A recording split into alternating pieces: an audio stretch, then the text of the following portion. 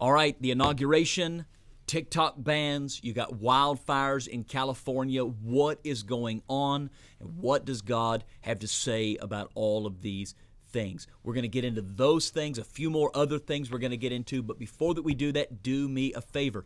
I've got two things I want you to do. I want you to subscribe to this video or to our channel, like this video down below, make sure you are subscribed. Also, in the comments, there's going to be a link.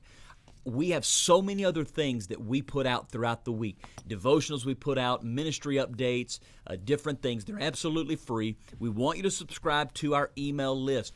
Down in the description below, Avery is going to put that in there. So please click that. You'll take you to a site. You can put your stuff in. It's absolutely free. Let's get started today. Let's start talking first of all about Trump. We are just a few days away from the transfer from President Biden. We're going over to President Trump and his second term. And he is actually the second president in history that did not have consecutive terms. Now, as we're going to shift into this transition as believers, what is our role? What is our goal? What do we need to be doing? Well, number one, we obviously need to be praying. We need to be praying for the transition of power.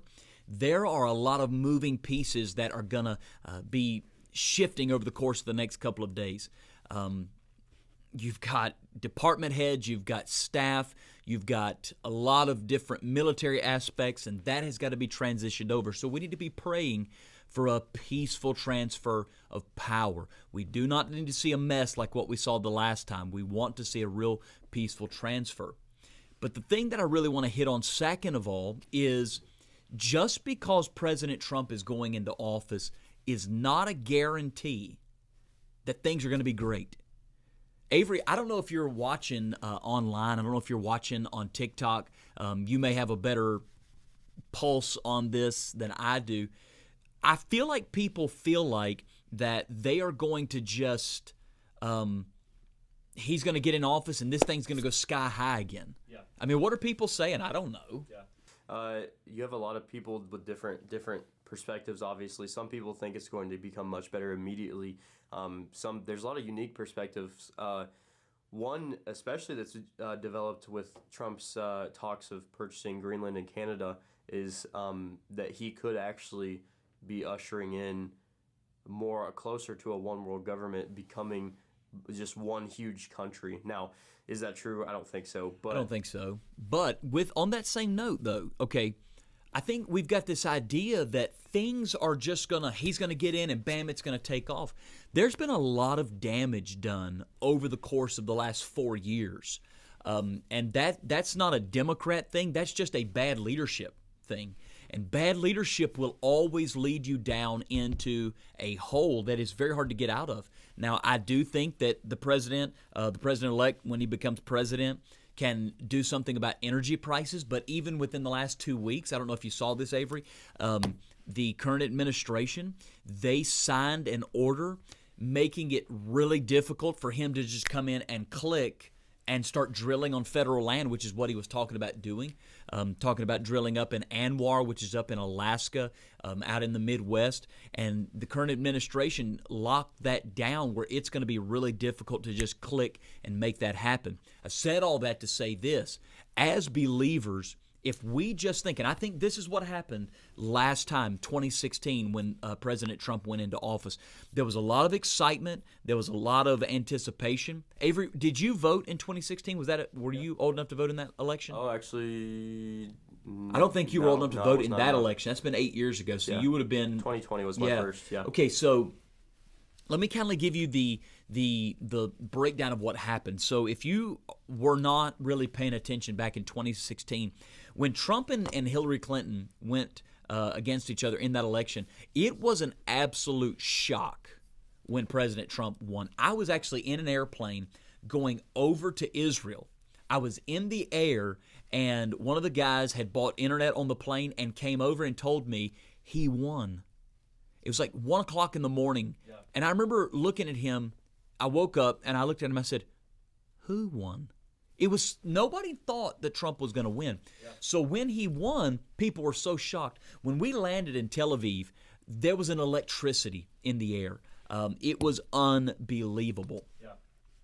But immediately, I think we just thought that it was going to be okay. And for the next 4 years, there was a financial boom, but there was such an underworking of the enemies of the administration. I think that has to do a lot with the people of God stop praying.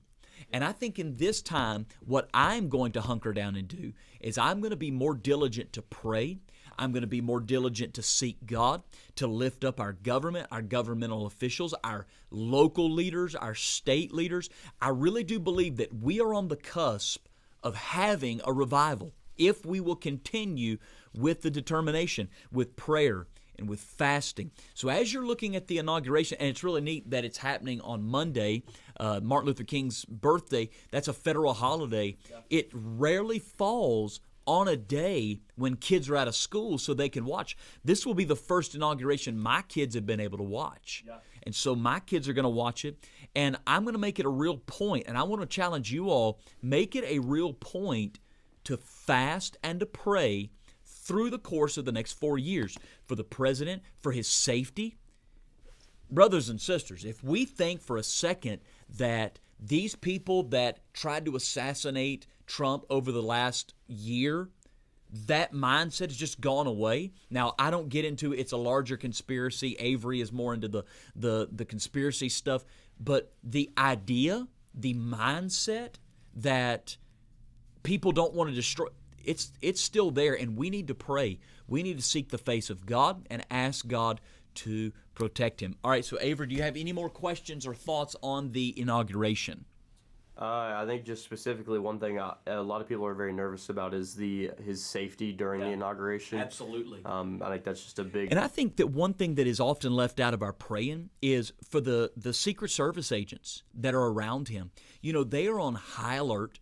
They are having to watch. And, I mean, can you imagine the tension, you know, the pressure that is on these men and women? So we do need to pray for those. We know some of the Secret Service agents, and I'm thankful for that.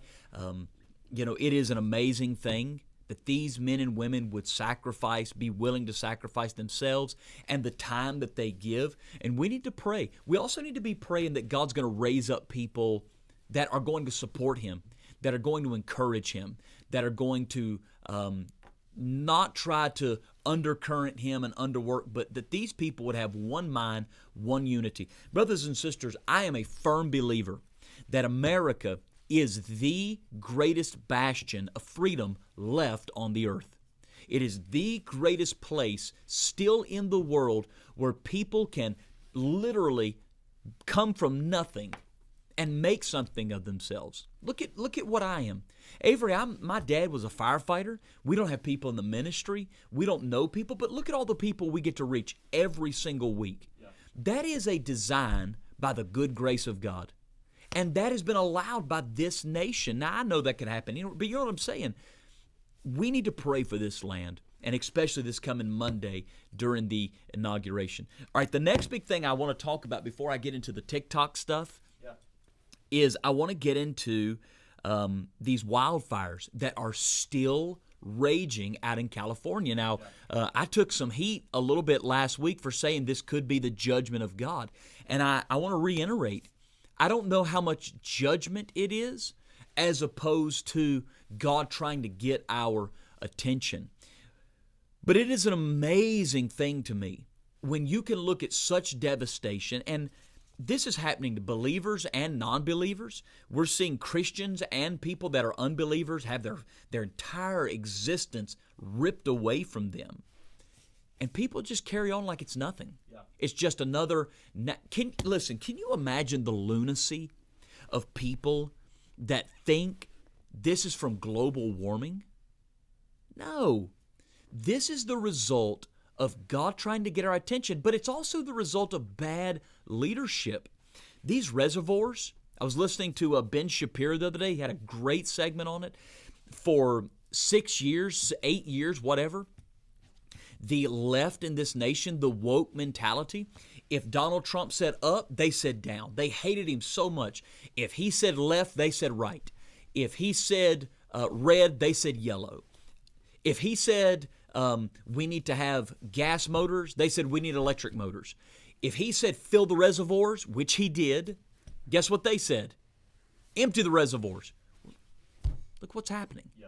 You know, these firefighters are doing everything that they can to see this put out, and this is the end result of lunacy. Solomon said in the book of Proverbs that when the righteous, when those that are sane are in office, the people rejoice. But when the wicked are in office, there is chaos and there is panic. And that's what we're seeing. Yeah. So I'm amazed, Avery. I am absolutely amazed at the insanity that is still raging about. What is it going to take for us to step back and to say, God, what are you trying to tell us? Yeah. You talk to me a little bit. I do want to address a few of the comments we're talking about, like, well, if this is the judgment of God, then explain what happened in North Carolina with the flooding and the storms and everything. But a lot of people seem to forget, and you talked about this, was that in Asheville, that's another one of the biggest, like, that has a lot of sin in that city as well. Yeah. So do you think, one of the questions they asked, do you think that the storms and everything that hit Asheville and that area, was that the judgment of God, or was that also a wake-up call? I think it goes to the same principle. I think it's a wake-up call. God is trying to get our attention, because what this does, and again, righteous people die in these things as well. I am not above anybody. Nobody is. And I would never arrogantly say that. But at the same time, God sends these things to get our attention, but it also is a time in our culture for believers to shine. You know, churches and Christian ministries that are taking the lead to share good things and the love of Christ through all of this. I do believe it is a wake-up call. Here's something I want to address, though. With this inauguration stuff, with these wildfires, can I ask you a question? Why are people such patty cakes and just absolute, for lack of a better term, snowflakes, just babies, that they can't hear that without just losing their minds? What are we doing? You know, I'm amazed that people cannot step back and say, okay, let's look at this from an unbiased. If you came to me, Avery, and said to me right now, Tyler, I think you're ugly. Say it to me. I think you're ugly. All right, let's talk about that. I don't lose my mind. And we have dealt, and I'm actually going to talk about this in a sermon that I'm working on right now. Literally was working on this morning. We have gotten to this place where we cannot deal with anything uncomfortable. Yeah. Okay, think about it. We live in a culture where if you have a headache, for just a second, you take medicine for it. Now, I'm not encouraging people not to take medicine, but go with me here. If our feet hurt, what do? Yeah. Medicine. If our back hurts, medicine. If our ears hurt, medicine. Now, again, I am all for go to the doctor, but what's happened is we have created this society that can deal with no kind of pain, no kind of discomfort. And so that translates into, well, if you say something that makes me feel uncomfortable, no, we've got to deal with that. I can't have that. Yeah. And sometimes, Avery, the doctor's got to tell you, well, that headache is coming from a tumor. Yeah. That backache is coming from a disc that's out of place. Yeah. Sometimes you've got to deal with the discomfort in order to reach a real solution. We've reached a culture that has no answers because they're not willing to deal with the truth. Yeah. What in the world is reached by somebody saying, well, you know, Trump said this and Biden said that and the preacher said this and I don't like what he said. Great. But is what they said true? Yeah. That's the question. Yeah. That's what I'm getting at. Exactly. I think we've become a lot better as a culture at treating the symptoms as opposed to the root cause. That is a good way to put it. Yeah. Absolutely. 1,000%. We have become a deal with the symptoms and not the situation. Mm-hmm. And it's killing us. Yeah. Not just physically, emotionally, but politically, culturally. And it's just an amazing thing. So to the people that feel like, look, you know, I don't like what he said about Asheville. I don't like what he said about California. I don't like what's being said about okay, great. But what's true? What's real? And the reality is God is trying to get our attention. All right, this last thing let's talk about. Let's talk about Avery's least favorite subject to speak about. Yes. Avery, what is this subject? So they're saying that TikTok is going to be banned within a few days. So it will be Monday on the the 19th. Yeah. So it's be Sunday. It's the day before whenever Trump's inaugurated on Monday. Monday. Okay. Yep. So Sunday. So little backstory to the TikTok ban. TikTok is owned by a company called ByteDance. ByteDance is basically controlled by the Communist Party in China. TikTok, I don't think anybody expected TikTok to get as big as it got. So I would like to see the numbers, but I would imagine that it is one of the biggest, if not the biggest, social media platforms in America. What Congress took up a while back was they took up a bill that said that unless the owners of TikTok, ByteDance, are willing to sell the American operations to an American company, then they would not allow that app, TikTok, to be sold or divested or dealt with in America by Apple and Google and so on and so forth. Of course, that went into law, and people are up in arms, and they're up in arms for a couple of things. One thing they're up in arms about is they're saying, let me back up. I think I should step back here.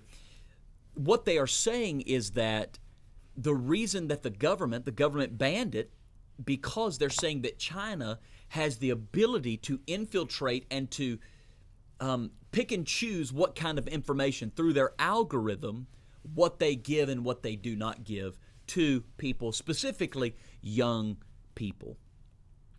Now, here becomes the question, here becomes the flip side to that, is why did they just do TikTok? Why didn't they do other apps? Maybe they're not necessarily social media apps, but there are other apps that are owned by Germany and are owned by France and are owned by Russia and are owned by China, all these kind of things. There are different news outlets. The BBC is owned by Great Britain. It serves the crown in Great Britain. Why didn't they ban those? Why specifically that? So Avery, tell me what people are saying, why they specifically chose to ban that. Well, the whole argument is that apparently China is stealing our data from TikTok. Once again, I don't think there's been any solid proof on that, but that is the argument. They are interested in banning some of the other apps that are associated with TikTok. Like there's a video editor called CapCut that apparently is going to be going away, and so different things like that. But that is the argument, is that they're stealing our data. A lot of people are saying, though, what data are they stealing? Because the algorithm knows you very well, but as far as going and stealing other data from your phone and your camera and your microphone and everything, I think that's a little bit of a stretch. That would actually, in my opinion, fall more on Apple's security side. But even if you look at Facebook and Instagram, how many times has it been proven that Facebook and Instagram are taking and acknowledging other interests you have? So people are very disappointed, to say the least, in this decision. I think where I'm coming from, now we have a large platform on TikTok. God's blessed us with that. Avery's worked hard at that, and we reach a lot of people through TikTok. I think where my concern comes into is why this app? Why just China? Now, I understand the strategic issues with China. I understand all of that. But I'm looking at, there is a freedom of speech issue here that I'm pondering and I'm thinking about. Is there not a way that we could work around this? And here's what I'm thinking, Avery. We don't seem to care about the pornography that comes out of China. Yeah. We don't seem to be concerned about the news media coming out of Al Jazeera, coming out of any of those, Russia Today. That's a news. So I do have a question, a concern, a wonder, and again, I would converse about this, on why just TikTok. Now, I wonder, we talked about this yesterday, is it the freedom that people have to express things on that app? We talked about this yesterday by way of Facebook and X, what used to be Twitter, and probably Instagram as well. All of these companies over the last month are becoming less and less woke. Facebook and Instagram both put out that they were not going to be doing the fact-checking, the independent fact-checking anymore. Yeah. And so I am going to be curious is as these platforms allow more free speech, is that going to be an issue for the government? Yeah. I think that remains to be seen. What I do think, though, Christians are going to have to do is we're going to have to start using all platforms that we can to reach people. I was reading this morning in the Gospel of Matthew when Jesus told Peter to go cast the hook in the water and the fish that would come up would have a coin in its mouth. And I thought, where did Peter know to go fish? He went where the fish were. And I've been mulling that all day. The church has done a terrible job, especially the conservative church, the conservative evangelical church, the small churches, the middle-sized churches, whatever. We've done a terrible job of meeting people where they're at. We've done an absolutely abysmal job of getting down in the fray where people are at. They're on these social media platforms. They're on TikToks. They're on all of these things, and we've got to do our best to ask God to open doors to reach those. And I'm wanting to reach, my goal for this year is to reach 1 million people every single day.